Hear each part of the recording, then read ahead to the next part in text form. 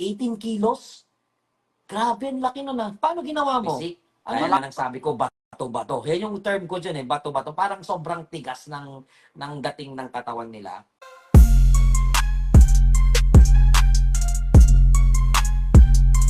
Yan. Sige, baba mo dalawang kamay mo. Aesthetic. Ecto. Side ka nga, brother, side. Grabe. Kita niyo yung mga katawan ng mga ecto, parang titigas ng dating, no? Parang, alam mo yung bato-bato yung datingan nila. Tignan mo yung tricep, okay yung bicep, okay yung shoulder, talikod. Sige, pika mo yung likod mo, bro. Boom. Lapad ng likod, bro. Kapal. Double bicep ka nga dyan. Tingin ng radials mo. Lower back. Okay na, walang problema radials. Kapal tsaka lower back. Actually, lumalabas yung serration nyo. Okay, sige. Harap pa nga. Patingin ang traps mo. Yan. Kailangan mo i-workout yung traps mo, bro. Okay. Sige. Front double bicep. Para makita natin yung biceps niya. Okay, good. All goods. Okay, so ilang months ka lang nag-gym?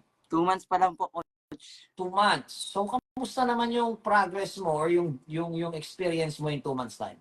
Ayun, coach. Galing po ako sa 47. Ngayon? Ngayon, ang kilo ko na po nasa 65. Very good. So, from skinny talaga, no? Sobrang payat mo talaga. Opo, pet po ako na. 2 months mo lang na-gain yun? Opo, 47 to 55? 65?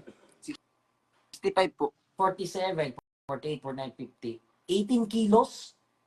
Grabe, ang laki nun ah. Paano ginawa mo? Ano yung Malakas po usual? ako kumain. Malakas po ako kumain ng itlog, ganyan, mga karne.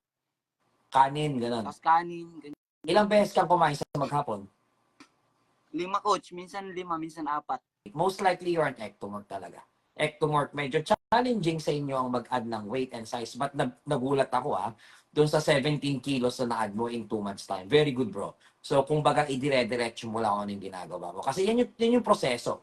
Being an ectomorph, kailangan nyo talagang mag-add ng extra calories. But again, wag lang tayo hihinto sa pag-add lang ng calories. Kailangan yung proper na pag-workout natin and then yung proper recovery, wag natin kakalimutan. Kasi yung tatlong yan talaga yung magiging solusyon para ma-hit natin yung certain goal natin. Whether gusto mong mag-bulk, gusto mong mag-maintain, gusto mong mag-lose ng fats, you need to track. You need to be consistent on this. Nutrition, workout, and recovery. Okay, start tayo sa physique check mo. Even 2 months, brother, I could say maganda yung katawan mo. Most likely maganda yung genetics mo. Overall, bro, you have a nice physique. Gaya nga ng sabi ko, bato-bato. Yan yung term ko dyan eh, bato-bato. Parang sobrang tigas ng dating ng katawan nila. Overall, okay naman eh. Naandun naman lahat. Konting effort siguro sa traps. Konting effort sa traps para mahabol natin. Para pag habang lumalaki ka, pumapantay siya. Konting upper chest. Sa likod mo naman, konting kapal lang.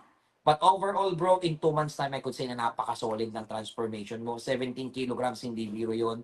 Maganda yung genetics mo. Overall, ito lang kailangan mo gawin. Mag-add ka ng size.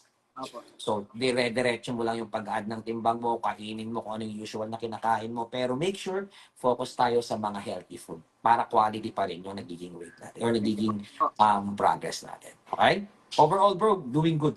Good job. Thank you, coach. So, baka may questions ka pa? Wala na po, coach. Okay na po, coach. Okay. Balikan mo ako after 3 months and sana pagbalik mo ng 3 months, additional weight na naman yung naidagdag mo. Kayang-kaya mo yun, brother. Thank you po. I believe it. Okay, sige. Thank you, brother. Ingat lagi and God bless you. Thank you. Thank you po.